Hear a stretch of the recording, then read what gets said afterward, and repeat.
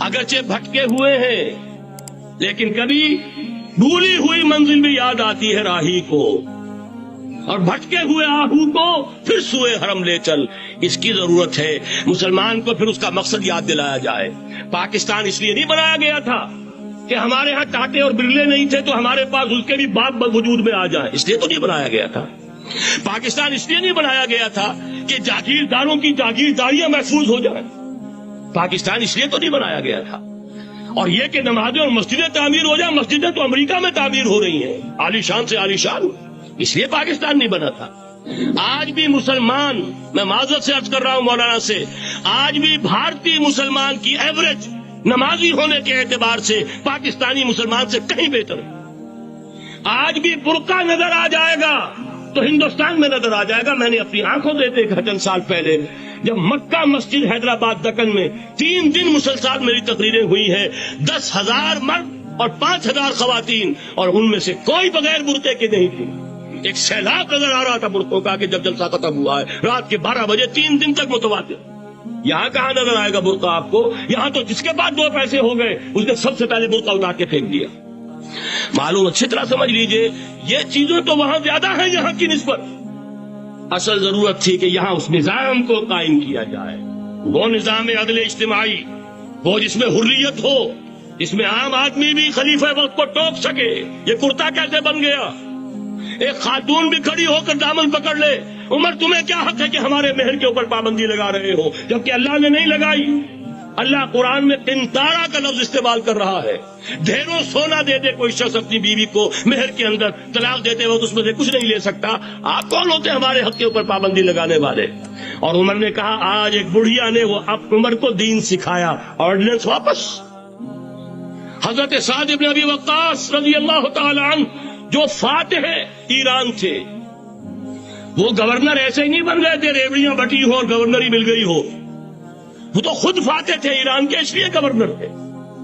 صرف ایک پرچہ پہنچا ہے بارگاہ خلافت میں، حضرت عمر فاروق کے پاس انفارمیشن آئی، سعد نے اپنے گھر کے باہر ڈیوڑی بنا لی ہے اور ایک دربان کھڑا کر دیا، حضرت بلال کو بھیجا ہے رقعہ دے کر، اور یہ حکم تھا کہ بلال پہلے تو جاتے ہی ڈیوڑی میں آگ لگا دینا، پھر یہ رقعہ دینا میرا۔ اور رقعے میں لکھا ہوا تھا، اے سعد، لوگوں کو ان کی ماں نے آزاد جانا تھا، تم نے انہیں اپنا غلام کب سے بنا لیا ہے؟ یہ دربان کھڑے کر دیا اپنے آگے۔ وہ حریت، وہ مساوات کہ جا رہا ہو خلیفہ وقت اور چارج لینے جا رہا ہے بیت المقدس کا، کوئی ذاتی علاج کے لیے نہیں جا رہا، سیر و سیاحت کے لیے نہیں جا رہا، چارج لینے کے لیے بالکل سرکاری وزٹ ہے، آفیشل وزٹ ہے، اسٹیٹ وزٹ ہے۔ اور حال کیا ہے؟ 700 میل کا فاصلہ طے کرنا اور ایک اونٹنی، کوئی انٹوریج نہیں، کوئی خدم و حشم نہیں، کوئی جمبو جٹ بھرے ہوئے نہیں، کچھ نہیں، ایک اونٹنی ایک خادم۔ اس ایک اونٹنی پر چونکہ راستے کا راشن بھی ہے لہذا 2 آدمی نہیں بیٹھ سکتے، ایک بیٹھ سکتا، ایک منزل خلیفہ وقت بیٹھا ہوا ہے اوپر اور خادم نکیل پکڑ کر چل رہا ہے، اگلی منزل خادم اوپر بیٹھا ہے اور خلیفہ وقت عمر بن الخطاب رضی اللہ تعالی عنہ، اور وہ آگے آگے نکیل پکڑ کر چل رہے۔ یہ نظام چاہیے آج نوع انسانی کو۔ اس کے انتظار میں، اس کی تلاش میں نوع انسانی نے کتنے تجربے کر لیے، کیسی چھلانگیں لگائیں، ملوکیت ختم کی، آسمان سے گرا کھجور میں اٹکا، جمہوریت آئی نام نہاد، لیکن وہ سرمایہ دارانہ نظام بن کر آگے سے بڑھ کر لعنت بن گئی۔ پہلے جاگیردار مسلط تھا، اب سرمایہ دار اور کارخانے دار مسلط ہو گیا۔ اس سے نکلنے کے لیے زور لگایا، کمیونزم کی طرف گئے، چھلانگ لگائی، اب ایک پارٹی ڈکٹیٹر بن کر بیٹھ گئی۔ انسان رست از یک بنتا افتاد در بندے دیگر، ایک چیز سے غلامی سے نجات پاتا ہے، دوسری میں پھنس جاتا ہے۔ اور کیوں؟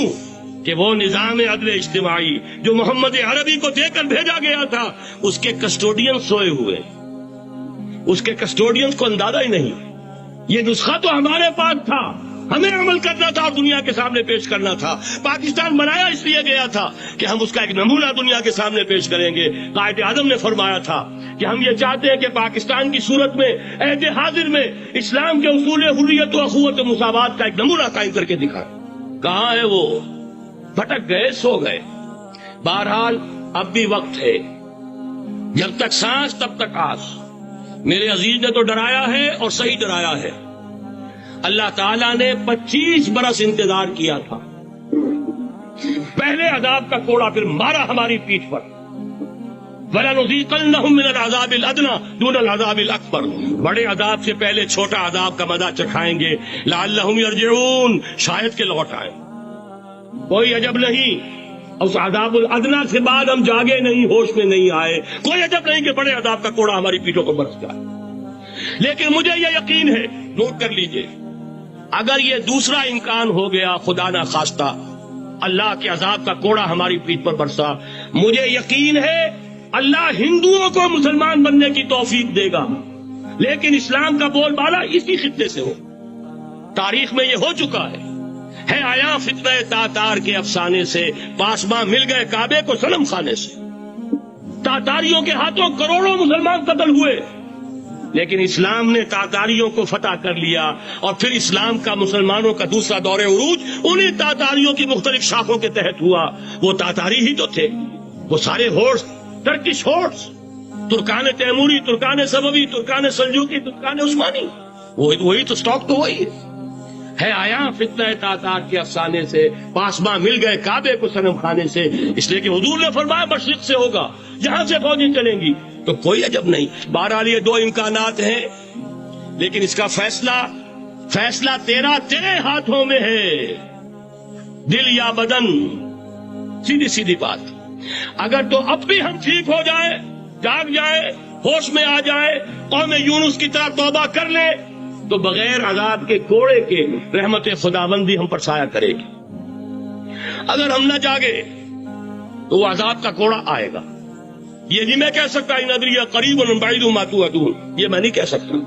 یقین کے ساتھ جانتا ہوں کہ آئے گا، لیکن یہ کہ اس کے بعد بھی یہی سے بول بالا ہوگا. اگر ہمارے ذریعے نہیں تو ان کے ذریعے سے، جو ہمیں شکست دے کر پھر اسلام قبول کر لیں. لیکن کیوں نہ پہلے ہی راستے پر چلنے کی کوشش کریں.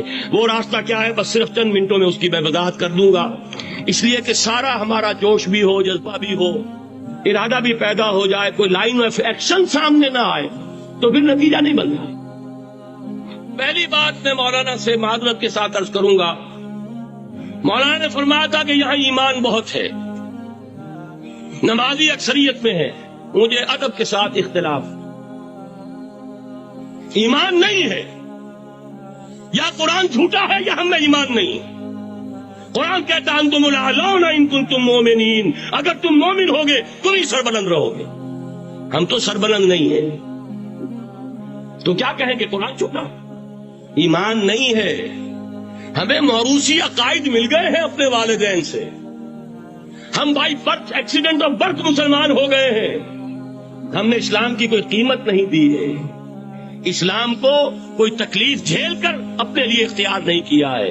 پہلا مرحلہ ہے یا ایھا الذین آمنوا آمنوا باللہ ورسولہ والکتاب الذی نزل علی رسولہ.